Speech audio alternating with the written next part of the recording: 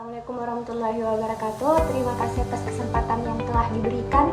Perkenalkan, kami dari kelompok 4 ingin memaparkan hasil diskusi kami yang berjudul Teori Belajar Sosial dan Penerapannya. Sebelum kami memaparkan hasil diskusi kami, perkenankan saya, bagian dari kelompok ini, memperkenalkan nama-nama anggota dari kelompok kami. Yang pertama yaitu Saudara Akil Munawar, dan yang kedua Saudari Randani Dewi, yang ketiga saya sendiri, Andi Fitri Ramadhani Akbar. Selanjutnya, latar belakang. Belajar merupakan tindakan dan perilaku siswa yang kompleks sebagai tindakan belajar yang dialami oleh siswa itu sendiri.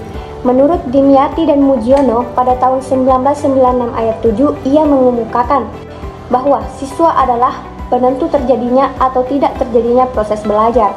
Belajar merupakan sesuatu yang sangat penting sekali dalam rentang perkembangan diri seseorang. Dengan belajar, seseorang telah mengalami suatu proses menuju ke arah yang lebih baik. Selanjutnya, rumusan masalah. Yang pertama, apa yang dimaksud teori belajar sosial? Yang kedua, bagaimana ruang lingkup teori belajar sosial? Yang ketiga, bagaimana prinsip-prinsip teori belajar sosial? Dan yang keempat, bagaimana pengimplementasian teori belajar sosial? Selanjutnya, tinjauan pustaka. Pengertian teori belajar sosial. Teori belajar sosial merupakan perluasan teori belajar perilaku yang tradisional atau behavioristik. Teori ini dikembangkan oleh Albert Bandura 1969. Prinsip belajar menurut Bandura adalah untuk menjelaskan belajar dalam situasi alami. Adapun pengertian teori pembelajaran sosial dan pembelajaran observasional, yaitu pembelajaran observasional merupakan pembelajaran yang dilakukan ketika seseorang mengamati dan meniru perilaku orang lain. John Wayne Santrop 2008. Pembelajaran observasional merupakan proses di mana informasi diperoleh dengan memperhatikan kejadian-kejadian di alam lingkungan. B.R. Hergarhan dan W. Olson 2008.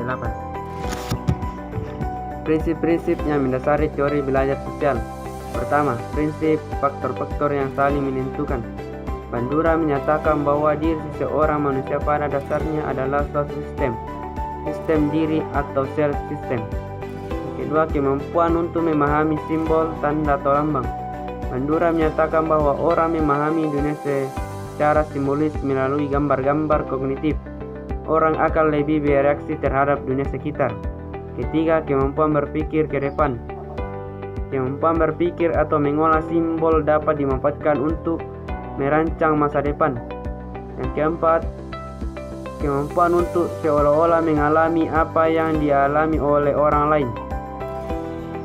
Mampu belajar dengan cara memperhatikan orang lain berperilaku dan memperhatikan konsekuensi dari perilaku tersebut. Inilah yang dinamakan belajar dari apa yang dialami orang lain. 5. Kemampuan mengatur diri sendiri. Prinsip berikutnya dari belajar sosial adalah orang umumnya memiliki kemampuan untuk mengandalkan perilaku mereka sendiri. Ruang lingkup teori belajar sosial. 1. Determinisme resiprokal atau reciprocal determinism. Bandura mengembangkan modal determinisme resiprokal terdiri dari 3 faktor utama, yaitu perilaku, person atau kognitif, dan lingkungan. 2. Belajar vicarious. Sebagian besar belajar observasional termotivasi oleh harapan bahwa meniru model dengan baik akan menuju pada reinforcement. Yang ketiga, perilaku diatur sendiri atau self-regulate behavior. Bandura mengatakan bahwa perilaku manusia sebagian besar menyatakan bahwa perilaku yang diatur oleh dirinya sendiri atau self-regulate behavior.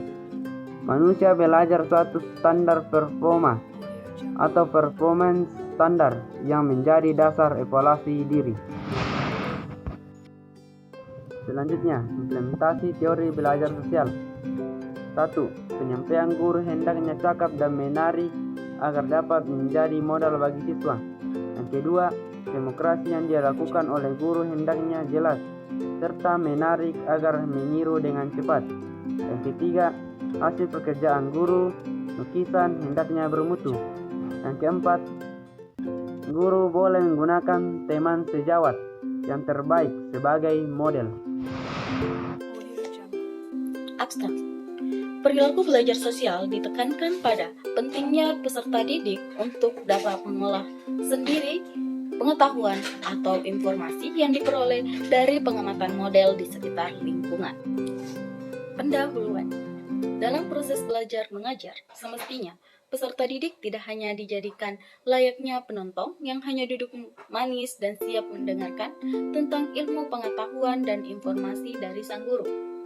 Namun lebih dari itu, seorang guru dituntut untuk mampu menciptakan suasana yang memungkinkan peserta didik aktif menemukan, memproses, dan mengkonstruksi ilmu pengetahuan dan keterampilan baru. Berbicara mengenai proses pembelajaran dan pengajaran yang sering membuat kita kecewa apalagi dikaitkan dengan pemahaman siswa terhadap materi ajar, sebagian besar siswa kurang mampu menghubungkan antara apa yang mereka pelajari dengan bagaimana pengetahuan tersebut akan dimanfaatkan atau diaplikasikan pada situasi. Yang pertama, guru ingin para peserta didik lebih aktif dan mandiri dalam belajar.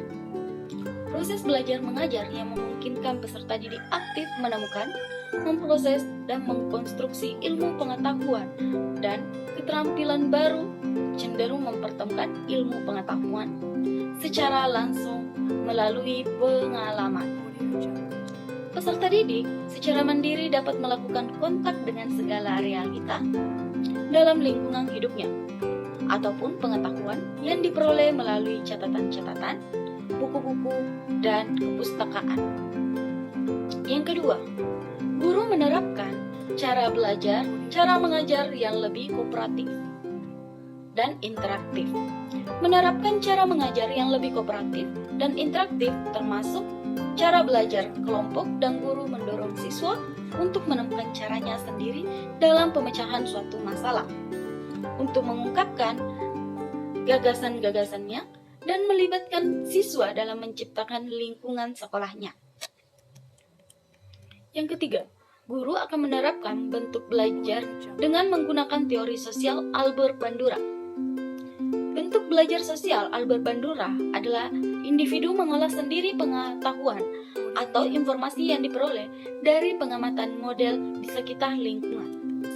Proses belajar seperti ini adalah sangat efektif untuk meningkatkan pertumbuhan dan perkembangan individu, karena belajar adalah keseluruhan aktivitas manusia yang mencakup segala proses yang saling mempengaruhi antara organisme yang hidup dalam lingkungan sosial dan fisik.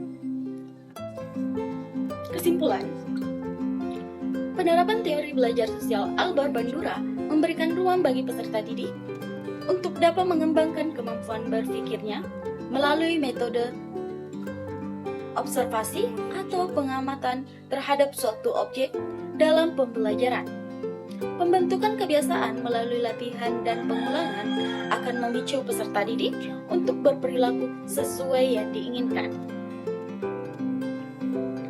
Kelebihan dan kekurangan.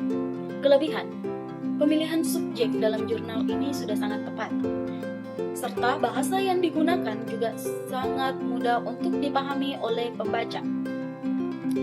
Kekurangan, pada bagian pendahuluannya terlalu panjang dan tidak langsung to the point atau menjurus ke intinya. Penutup.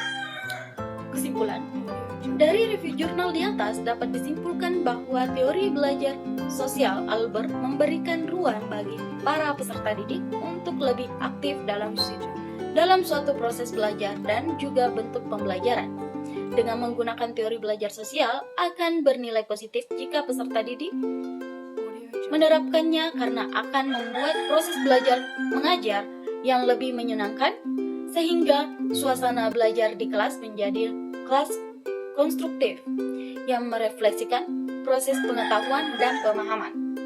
Saran, dengan adanya teori ini, sebaiknya guru mensosialisasikan definisi belajar menggunakan teori sosial tersebut kepada peserta didik terlebih dahulu, agar peserta didik memahami teori tersebut tidak hanya melalui jurnal ini, tapi memahami dari gurunya dengan bahasa yang mudah diserap oleh peserta didik. Demikianlah presentasi dari kelompok 4 dan wassalamualaikum warahmatullahi wabarakatuh.